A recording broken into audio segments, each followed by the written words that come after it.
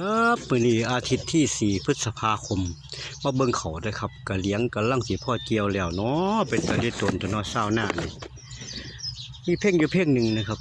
เป็นเกี่ยวกับชีวิตชาวนาเดี๋ยวสิว่าให้พี่น้องฟังครับชีวิตชาวนา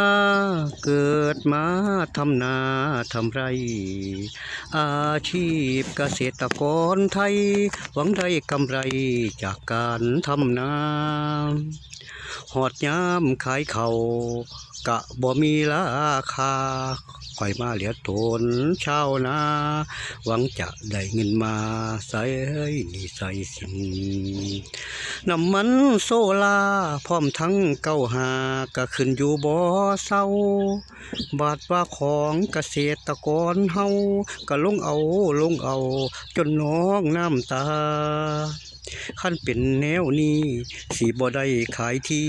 ขายให้ขายนาซื้อกะปิน้ำปลาสู้รถมาหากิน3ตายโอ้แต่เล็กตัวเช้าหน้าเนาะขายเขากิโลละ6 บาทค่าปุ๋ยก็บ่พอนะครับ